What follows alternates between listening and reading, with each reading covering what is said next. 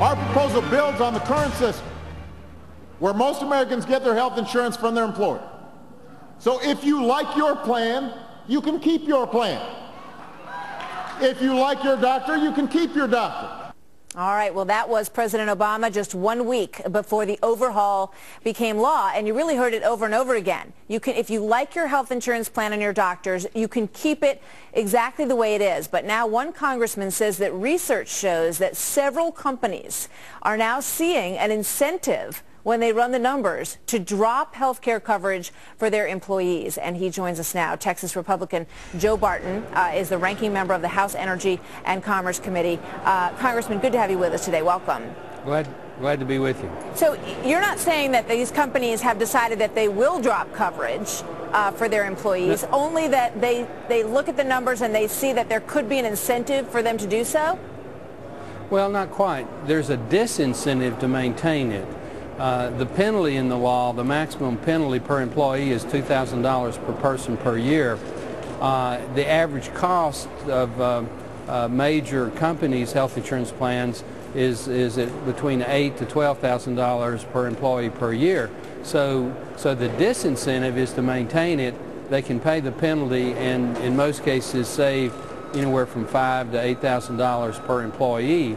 Over 40 companies have already submitted documentation either to their stockholders, Wall Street analysts, or the Securities and Exchange Commission, in which they acknowledge the material effect negatively on their bottom line of this new plan, and that one of their options is to eliminate the health care coverage. Right. So the president didn't understand the bill, or he misled the American people when he made those statements at the top of your segment. All right, well, we've seen those numbers. We know AT&T and Verizon and Caterpillar, John Deere, all of those companies have come out and said, as they have to do, it's their fiduciary responsibility to their shareholders to say, look, we're going to take this much of a hit because of the health care coverage. But we're not seeing the connection quite yet. I mean, we haven't seen anybody make that leap, right, and say, we've made this decision now, we're going to drop health care coverage because it's simply not beneficial.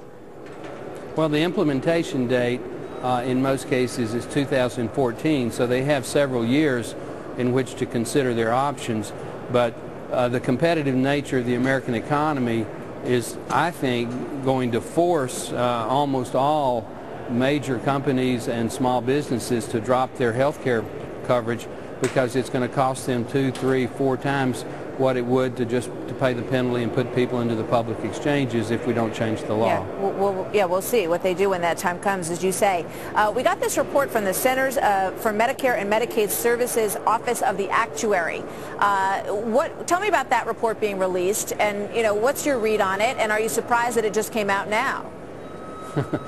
Well, we've asked in a letter that we're sending to Chairman Waxman today, Chairman of the Energy and Commerce Committee, which I serve on, to hold a hearing on that report, because it plainly states that costs are going to go up, that the net effect of the health care legislation is to raise costs, cost the federal government more money, cost the American economy more money. Again, just exactly the opposite of what the president claimed and what the proponents of the legislation claimed as they were passing.